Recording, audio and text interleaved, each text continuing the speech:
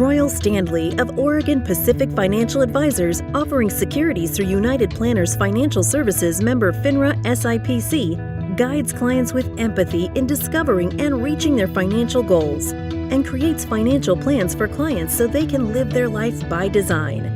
In these episodes, he relates his expert financial insights and discusses timely topics. Royal strives for excellence and has a passion for sharing his knowledge and supporting his community. Now, on to the show. Hello and welcome to Life by Design with Royal Standley of Oregon Pacific Financial Advisors. Good morning, Royal. How are you doing today? You know, I'm doing well.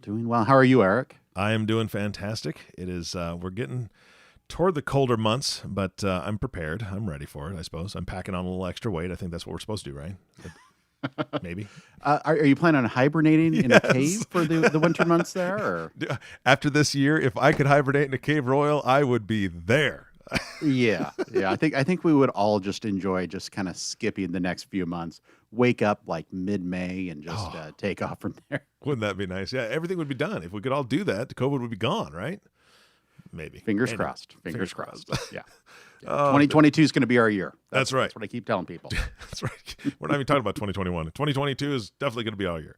Absolutely. All right. So that long-term care plan is probably a bad idea of hibernating. So I know we're talking about long-term care today. I'm sure you have better ideas. That's right. It's much better to address the issue of long-term care than just kind of stick your head back underneath the pillow, go to sleep for another 6 months. Yeah, absolutely. All right, this is a big subject, and this is a subject that's on a lot of people's minds, especially those that are aging and those that have parents that are approaching this time that this is a possibility for. So where do we start this conversation today? It's a big topic to start from. So, I think what I'd like to do is maybe just share a little bit about my personal experience with long-term care. Because that really forms kind of my basis of working with my clients, because I've seen all of my parents go through some form of long-term care. My mother, when she was diagnosed, and she was diagnosed with cancer very early on, she's about 54 years old. She was given about a year to live. She made it about 6 months, and very quickly after the diagnosis, she just needed long-term care. She needed somebody there by her side. She lost the ability to walk and dress herself and then feed herself. It was just a very quick decline there. So we transitioned her onto hospice, but because she had been so involved in the church and had such an amazing group of women that she was friends with, her friends and her sister came in and really provided 24-hour care for her for that last 6 months of her life, which was really incredible. Not everybody has that they can rely on. For my father, he went on hospice very quickly. He was diagnosed with lung cancer around the age of 80. And it was about a 2 to 3 month period of time. And hospice is, truly one of the great things we have in this country, where we don't really like to talk about death. We don't like to talk about long-term care. But there are amazing organizations and amazing people who work in hospice and really care for our loved ones through this amazing process, which is, dying and death. If you're not familiar with what hospice is really palliative care, where at the end of someone's life, when they've really decided that they're no longer going to seek, aggressive treatments. They've really kind of come to the decision with themselves and their family and their medical providers that the best course of action at this point is to kind of accept what's coming and just really try to manage symptoms and be as peaceful and as calm as possible in that transition towards death. And I'm just a true believer in it's really one of the most valuable things we can have that conversation about, which is how do we transition out of this life into the beyond. So hospice was a powerful piece there, and not often considered part of long-term care of that decision, because that is something that is paid by Medicare. But what my father told me when I flew out there and he gave me his diagnosis was that for the past 5 years, he had been caring for my stepmother. who had dementia and who was legally blind, and that was now going to fall on my shoulders. Wow. Now, luckily, about 6 years before, he had gotten her a long-term care policy. So when we had to start making this transition, he was in Florida, I was in Oregon. We had to make this transition and really find her a excellent nursing home there in the Florida area, which was near her church family, near her friends. And she was able to find the right facility. It took a couple tries, where she lived for the next 5 years being cared for because of the dementia and because of the blindness. So I'm a true believer in what long-term care insurance and having those discussions early on can do to really protect a family from going through really some worst case scenarios there. Yeah, and it's with your stepmother, that is absolutely devastating. I mean, you've got dementia or Alzheimer's in conjunction with another disability, and those are things that a lot of people don't think about. When people go through dementia or Alzheimer's and they have mobility issues, there is a lot of cognitive disconnect. They don't understand why they can't walk. They don't understand why they can't do what other people are doing because a lot of times they revert to that child mindset, right? Blindness, in your situation, I can't imagine the difficulty in caring for someone who is reverting to a childlike state through a lot of the stages and then also is blind, what hazards that could produce, right? And if you're trying to take care of that family member 24 hours a day, 7 days a week in your own home or in their home without any assistance, that I can't imagine having to do that. So having a good, well-run facility with caregivers that understand and have experienced things like that, that's powerful. Yeah. The other part of all that is it's also very expensive. True, yes. So we spent about $250,000 for that 4.5 years that my stepmother needed care. Wow. Now, the blessing that we really received was because my father had done the planning early enough, her long-term care policy paid virtually every single penny of that. Wow. And so this is why I'm a true believer in having that conversation about long-term care and going into this with your eyes wide open. Because if you don't do that, I think you can be blindsided yourself, but you can also blindside your family. Yeah. Because if my father hadn't have done that, it would have been a much, I think, different conversation of how best do we care for her? Are there enough assets? How do we make these really tough decisions there? But because he had done the planning early on, we were able to kind of more easily make that transition into a care facility and just not have the worries about, is there enough money in the bank to cover this? What happens if she runs out of money? And really kind of try to make these decisions on a financial basis versus a basis of what's going to be best for her. Yeah, absolutely. I mean, if anybody has shopped facilities, there is a wide variety out there. There's a huge difference in the types and how they're run and the costs. And so if you have to make your decision based on the finances of it, that can really hinder you, and the care isn't, I'll just say it, and this is not Royal's opinion, this is my opinion, but I've seen the differences, and the care is not the same. And it's not as robust. There's not the experience. There's not the well-trained staff that you would hope for and expect in that scenario. Yeah, there's big differences there. Yeah, and one of our early discoveries at the first facility was we had moved her into a facility. It was very nice, very airy, kind of a nice courtyard area, individual rooms, and it was great for the first 2 weeks. And then the staff realized how bad the situation was with my stepmother between her vision and that sort of thing. So they moved her into the long-term care portion or the memory care portion, which was really probably the scariest place I've ever seen. It was completely overcrowded. They were fitting 2 or 3 people into a very small room. Oh, geez. And it was just chaos. It was probably, one staff member to 10 to 15 patients. And, we walked back there. We never thought to Two, or what happens when someone needs that additional level of care. Mm-hmm.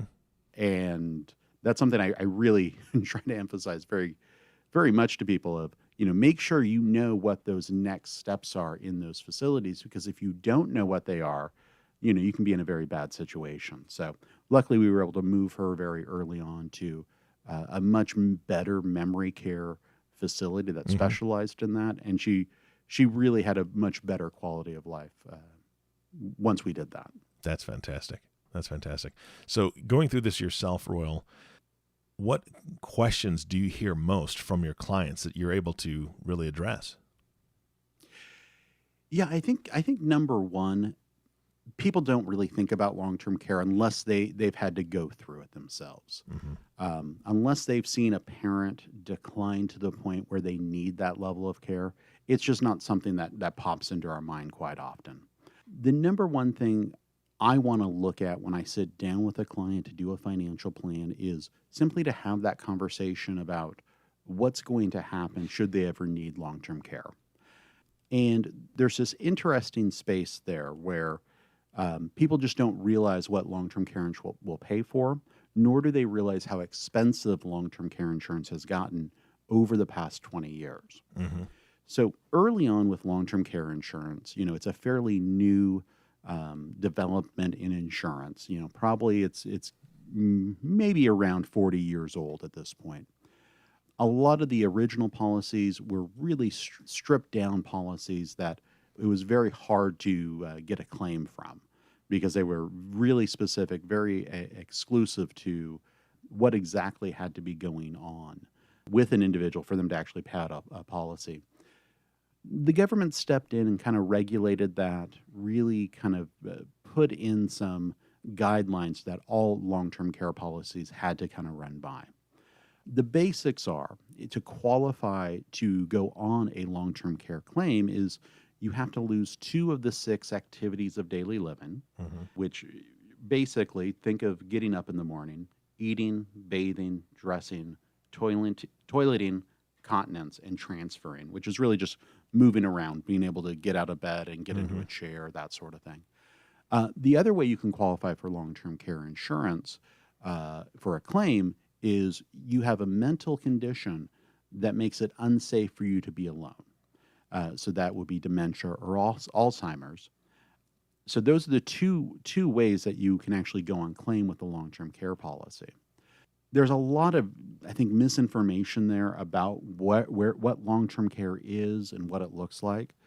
So really, we see most long-term care happen in the home. And most of that's in a very informal setting. That is what my father did for my stepmother, where he was providing all the care for her. He was taking care of her. He had all that stress on himself. And honestly, looking back, we could really see the effect that took on him personality-wise, of just kind of losing that joy and that sort of thing, because it's an extremely stressful period of time being a caregiver. Yeah. So most care starts in the home. Most care continues on in the home. Then you can kind of step out and look at assisted living facilities, which are kind of on that continuum of care. And then finally, nursing homes. Nursing homes really are the most expensive. They're the most comprehensive form of care there.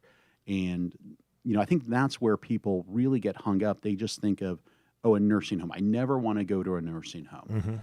So I don't need to worry about long-term care. No one wants to go to a nursing home, but sometimes in life, that's going to be the best place for you to live out your remaining days. Yeah. And we're not really talking about a nursing home or a rehabilitation facility, let's say after a knee replacement or hip replacement for someone who is expected to get older. What long-term care really is an expectation that you probably are not going to get better, and that this is going to last longer than 90 days. Most long-term care policies are sold with a 90-day elimination period.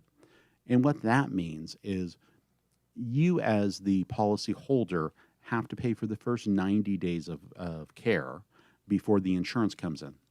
Think of that as the deductible you have to pay. Okay. before the insurance starts. Gotcha. Well, that could be a lot, Royal. How do you manage that? Well, oftentimes, we're talking about folks with somewhat substantial assets who are paying for this. So let's say if you don't have any assets, or you only have, $100,000 or $200,000 of assets. In a case like that, honestly, most people, if they're looking at it, if they ever needed care like that, they could spend down their assets on care, become impoverished, and then go on to Medicaid. State of Oregon, that's the Oregon Health Plan. Most people, that's their long-term care plan. We don't have enough money saved. If the worst happens, we're just going to blow through that and pay for whatever comes up. And then once we're out of money, the state will step in and pay for that care and pay for that facility. In some cases, even pay for in-home care where there's a need for it. Kind of the worst case scenario, we're really trying to get people to a point where they have more assets than that in retirement, and sometimes that's just not the case. On the flip side there, if you have, usually I say, more than $3 million in assets, oftentimes you have the ability there to almost self-insure for long-term care, basically meaning that you have enough assets where you could pay for a stint in a nursing home without negatively affecting, your plans for the future or your family's plans for the future, your estate plan, that sort of thing. So really where we're talking to people about long-term care insurance is you've built up, somewhat substantial retirement savings, let's say $500,000 to $2 to $2.5 million of retirement savings, but you want to protect that, especially if you're married, where one spouse may need care and the other is healthy and can continue living in the home. We see that quite often where there's a transition there where someone needs to go into a facility, but the healthy spouse still wants to maintain their lifestyle while still being there for their spouse. So, Royal, obviously with life insurance, with all sorts of different insurance, there's different types. With long-term care, are there different types of policies or different types of plans that you recommend to folks? There are, and we'll look at all of them when we're sitting down with a client. The basic form of long-term care insurance is just your standard long-term care policy. It really is insurance. You pay a premium to an insurance company. If you ever need long-term care, they will pay you out a benefit. Often that benefit is stated as either daily or monthly number. So let's say, $150 a day or $4,500 a month. That's your monthly or daily long-term care benefit. And then there's a time period attached to that. Could be 2, 3 years, 5 years. There used to be lifetime benefit periods or even 10-year benefit periods. For standard long-term care policies, you just don't see those anymore because insurance companies have really wanted to limit their exposure to kind of those worst-case scenarios. The other piece that's very important with long-term care, especially if you're going to buy it early on in life, and we really want to have this conversation with people, late 50s, early 60s. It's kind of our sweet spot where we feel it's good to have that long-term care conversation and start making those plans, is you want to look at inflation protection. So you buy a $4,000 a month benefit today, let's say you're 60 years old, but statistically, you won't need long-term care for another 25 years. So is that $4,000 policy you buy today, is that going to be enough in 25 years? Are you better off maybe buying a little bit higher dollar amount, or are you better off buying inflation protection? Inflation protection is usually, either 3 or 5%, which increases your monthly benefit so that it keeps pace with the inflation that we see in the markets. Oftentimes, we kind of want to balance those two just to kind of make the policies as affordable as possible. Because one thing you may not know is it is possible for traditional long-term care for those premiums to go up. They don't automatically go up every year, but the insurance company can go to the state insurance commissioner's office and petition them to raise long-term care premiums on an entire block of business. They can't cherry pick that and single, individual policyholders out. They have to really look at kind of all their policies that were sold in a given year or a given time frame. But we have seen long-term care increases here, and they can be very dramatic after the first 5-10 years of having those policies. So that's where that inflation protection can help, kind of keeping your policy in line with what you bought back when you were 60. So, well, let me ask you this, because if there's a possibility of it raising, does it make sense to buy it earlier? I mean, so Royal, I've spoken a lot. I'm 46 years old at this point. Would it make sense for me to purchase a long-term care insurance plan now if over the next 30 years they could raise my rates every couple of years or whatever? I mean, what's the perfect age? What's the sweet spot, Royal, for somebody to buy this type of insurance? So in my mind, the sweet spot is probably between 55 and 60. Okay. And the reason for that is you're old enough where you can kind of start seeing the need for long-term care. It's not immediate, but also between 55 and 60, you're hopefully still insurable. And that's the thing we don't want to wait for. Yeah. We don't want to wait for somebody to be 70 and then apply for long-term care.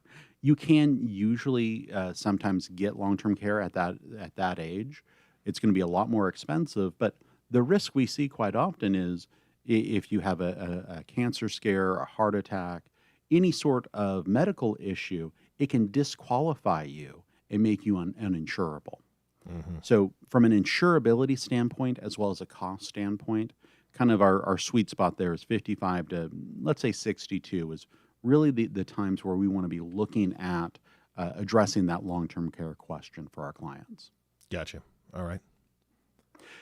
So often with these long-term care policies, we're looking at a 3 or 5 year benefit period. And often I have people ask, well, what happens if I have a longer care need? That is a concern. We honestly just don't see that many long care needs. Most people, when they go into needing long-term care, on average, it's about a 3-year lifespan after entering long-term care. There are some that have lasted 10 years. My wife's grandmother lasted 10 years after a stroke. That does happen. But our feeling is if we can kind of protect the most obvious cases with a 3 to 5 year policy, we're kind of covering all of our bases at that point. Yeah. All right. Big question for you. Mm-hmm. Long-term care insurance. I know it's insurance, but let's say I purchase it at 55, right? Kind of right at the beginning of that sweet spot. And I pay into it for 25 years and then I get hit by a bus. And there is no long-term care. My long-term care is out the window. The bus took care of that issue. Does anything go to my family? Does anything come back from the policy since none of it was used? I mean, is there any provisions for that? On a traditional long-term care policy, usually not. Okay. Usually it's like paying your car insurance. If you don't use it, you don't get anything back. So that is a risk. That brings up kind of the next form of long-term care, which is what we call a hybrid product, which is really a combination of life insurance and long-term care. Really what that is a permanent life insurance policy like whole life or universal life with a long-term care rider on it. Okay. So basically the life insurance is there if you never need to use the policy for long-term care. But if you do need to use the policy for long-term care, usually over the first 2 to 3 years, it will eat up the death benefit, but then give you a longer long-term care benefit after you've gone through that death benefit. Sometimes there's some products that have a lifetime benefit. Others, you might get up to 6 years. So we see that as a nice way of protecting folks who don't necessarily want to risk losing all of those premiums just to the insurance company. With those hybrid products, they know they're going to get something, either in a death benefit or long-term care benefits there for their family. Got it. Okay, makes sense. The last one, and I don't see this one used as much, but it is a viable option, is using an asset-based long-term care policy. Oftentimes, this is seen using an annuity, where basically you're going to put money on deposit with an insurance company. We usually don't see very high rates of return with these, if at all. But what they do there is they basically say, if you need long-term care, if you use up your funds in the annuity paying for long-term care, we'll maybe double that amount or triple that amount and pay that to you as a long-term care benefit should you exhaust your assets first. That can be an excellent way of kind of playing the middle there. I don't want to give up these funds, but I want to make sure that we're covering that. So these are all the areas that we'll look at when we're evaluating that long-term care conversation for a client, and try to come up with the one that's going to cover that need, give them the peace of mind they're looking for, and hopefully not cost them too much where it is sustainable for the long run. Yeah, absolutely. A lot to think about, and obviously a lot to discuss. And Royal, I know you're very open to these discussions. You do that all the time. That's what you do every day. Absolutely. So how does somebody listening to this podcast reach out to you to ask the questions that they formed in their mind while listening to you about this? I think that the best way to kind of address this is doing a financial plan. A long-term analysis is something we do for everyone.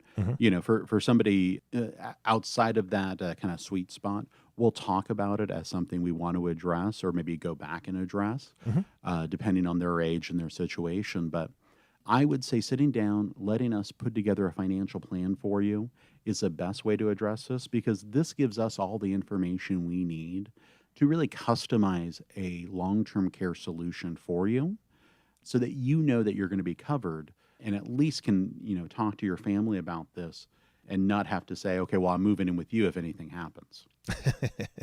Yeah, definitely. And one last thing, since you brought it up, so we talked about earlier, I'm 46 years old, and you spoke about the whole life policy with a rider. Is that a rider that can be put on later? So if you and I were sitting down and we were talking about all my plans, and you said, looking into some whole life might be a good idea at this point, and we figure that is something that we want to do, is the rider something we do right then, or is that something the rider we can revisit later? Or is it, I'm not sure how that works. So on something like that, they're going to want to underwrite that up front. So usually that's not something you can add. Got it. Okay. Got it. All right. Well, there's one question I got answered. I encourage anybody listening to this that has questions that popped in their mind to reach out to Royal and his team. Royal, thank you so much for your time today. Oh, my pleasure. It's good to talk with you. Always. And the last thank you goes to you, the listening audience. Thank you for tuning in and listening to the Life by Design podcast with Royal Standley. If you have not subscribed to the podcast yet, please click the subscribe now button below. This way, when Royal comes out with a new podcast, it'll show up directly on your listening device.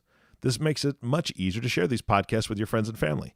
And think right now about somebody who needs to hear this conversation. And maybe it's a little hard for you to bring up, but it's easy to say, hey, I was listening to this podcast the other day. It was really fantastic. I've got lots of questions. I'd love for you to listen to it, and let's discuss it, because I'm curious what you think of it. That's a great way to share it. Again, thanks for listening today. For everyone at Oregon Pacific Financial Advisors, this is Eric Johnson reminding you to live your best day every day. And we'll see you next time. Thank you for listening to the Life by Design podcast. Click the subscribe button below to be notified when new episodes become available. The views expressed are those of the presenter and may not reflect the views of United Planners Financial Services. Material discussed is meant to provide general information and is not meant to be construed as specific investment, tax, or legal advice. Individual needs vary and require consideration of your unique objectives and financial situation. Always seek the advice of your financial advisor or other qualified financial service provider with any questions you may have regarding your investment planning. Advisory services offered through Oregon Pacific Financial Advisors, Inc. Securities offered through United Planners Financial Services of America, member FINRA and SIPC. Oregon Pacific Financial Advisors, Inc. and United Planners Financial Services are independent companies.